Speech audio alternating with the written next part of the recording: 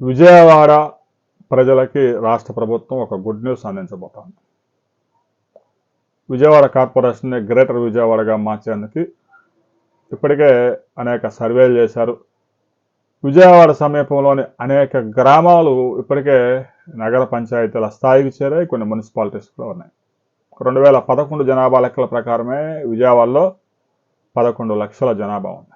2011 నుంచి 2026కి ఆ జనాభా 16 లక్షలు పెరిగింది. ఇక సమీప ప్రాంతాల్లో గ్రామాలు 74 గ్రామాల్లో 5.5 లక్షల జనాభా ఉంది.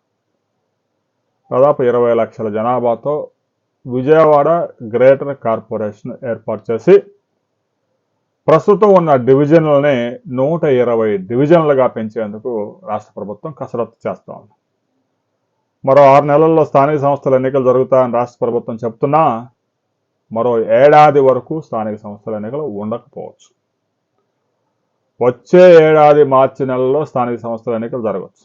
నవంబర్, డిసెంబర్ అని రాష్ట్ర ప్రభుత్వం ప్రకటన చేసిన ప్రత్యేక అధికారులు రంగంలోకి దిగారు. వారి పదవీ కాలం 1 సంవత్సరం పాటు ఉండే అవకాశం ఉంది. ఇప్పటికే పంచాయతీల్లో ప్రత్యేక అధికారుల పరిపాలనలోకి వెళ్ళిపోయాయి.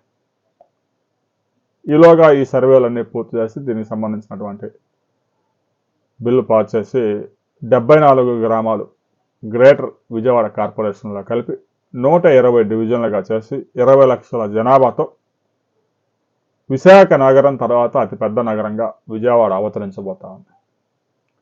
ఒకవైపు గన్నవరం మున్సిపాలిటీ, పెనమలూరు మున్సిపాలిటీ, ఇబ్రహీంపట్నం మున్సిపాలిటీతో పాటుగా అనేక పెద్ద పెద్ద గ్రామాలు, గొల్లపూడి కానీ, నున్న కానీ, చక్కంపూడి లాంటి గ్రామాలు, చాలా పెద్ద పెద్ద గ్రామాలు విజయవాడ సమీపంలో నగరంలో కలిసిపోతూ ఉన్నాయి.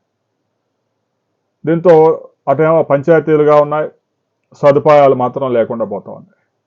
ఆ గ్రామ పంచాయతీల ఆదాయం కూడా అంతంత మాత్రంగానే ఉండడంతో పారిశుద్ధ్యం కూడా సరిగా నిర్వహించలేకపోతూ ఉన్నారు.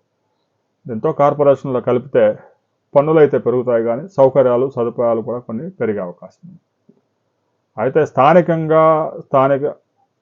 స్థానిక సర్పంచ్ నుంచి వస్తున్న వ్యతిరేకతతో ఒక 3 ఎమ్మెల్యేలు గ్రేటర్ కార్పొరేషన్ని వాయిదా వేయాలని కోరుతూ ఉన్నారు ముఖ్యమంత్రిని. ఇప్పటికే 10 సంవత్సరాలుగా వాయిదా పడింది, మరొకసారి వాయిదా వేయకపోవచ్చు.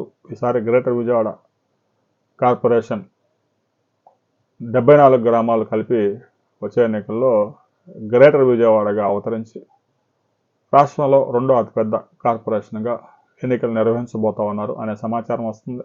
దీనికి సంబంధించి రాబోయే 2-3 రోజుల్లో రాష్ట్ర ప్రభుత్వం ఒక కీలక నిర్ణయం తీసుకునే అవకాశం ఉంది. ఆ తర్వాత మరిన్ని వివరాలతో మరో వీడియోలో మనం కలుసుకుందాం.